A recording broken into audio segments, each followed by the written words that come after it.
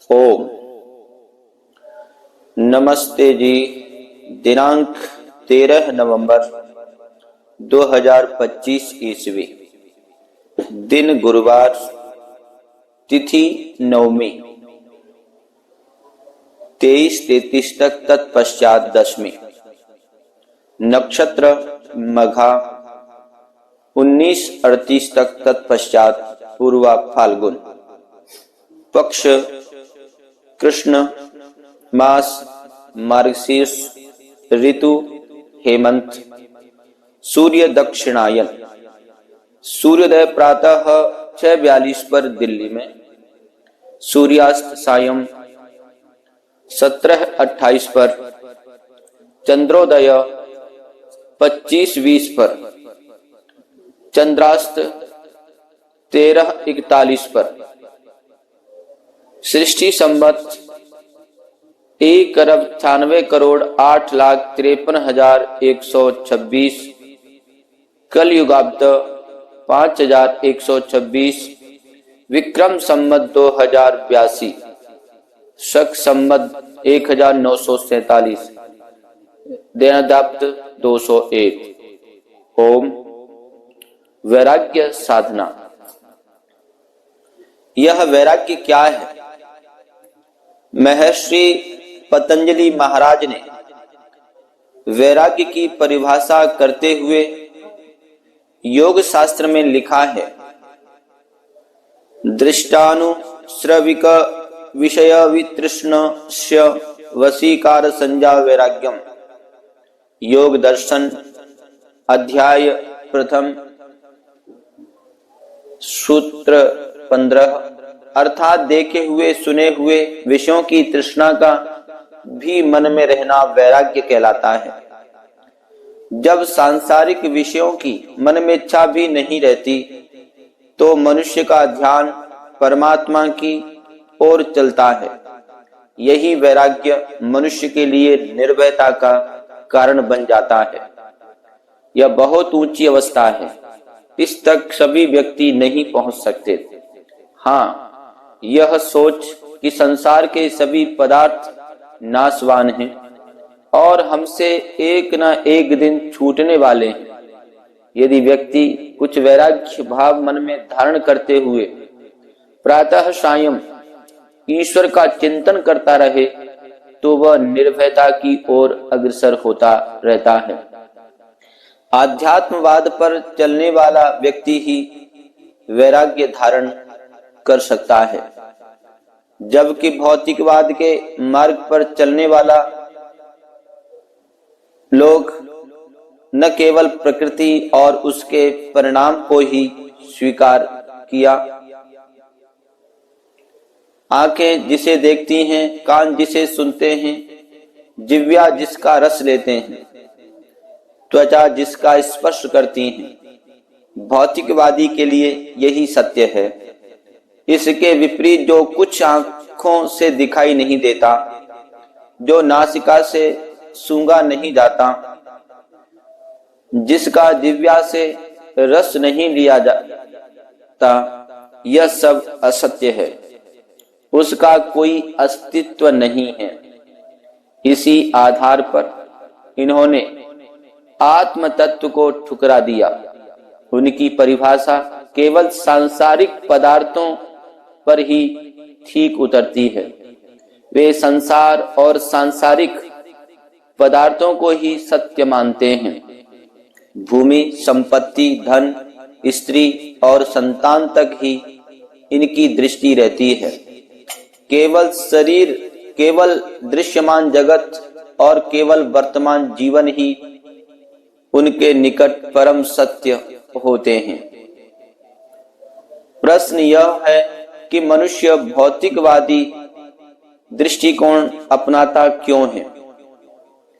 कठोपनिषद के ऋषि ने इसका विवेचन करते हुए लिखा है,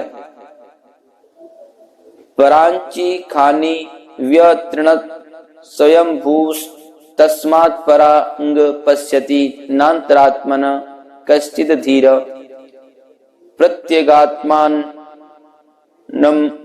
अमेक्षे दावृत्त चक्षु प्रमृतत्वमिच्छन्।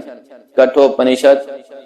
भावार्थ अपने ही सत्ता में स्थित रहने वाले परमात्मा ने इंद्रियों को बाह्य विषयों पर गिरने वाला बनाया है, इसलिए मनुष्य बाह्य विषयों को देखता है, अंतरात्मा को नहीं।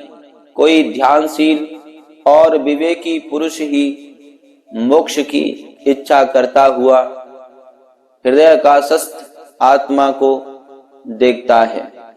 बाह्य विषयों के पीछे दौड़ने वाले व्यक्तियों के लिए उपनिषदकार ने कहा है,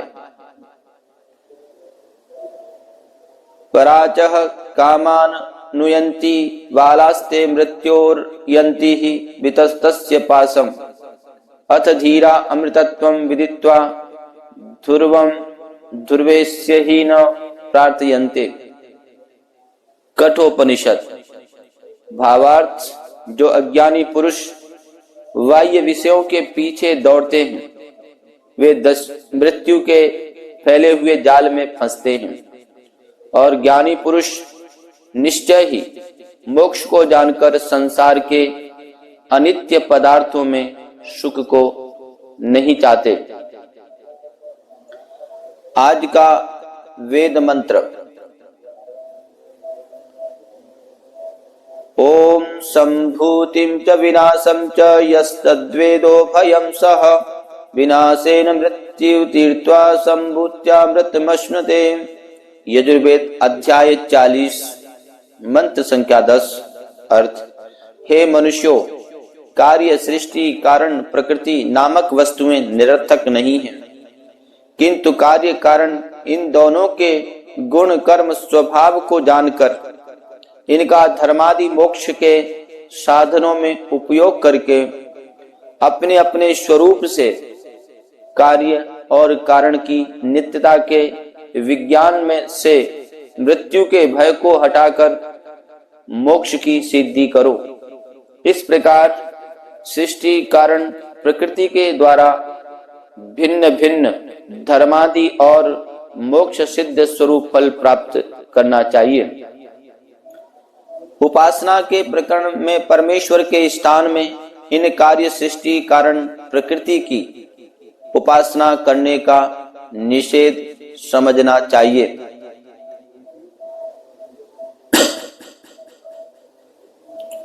विश्व के एकमात्र वैदिक पंचांग के अनुसार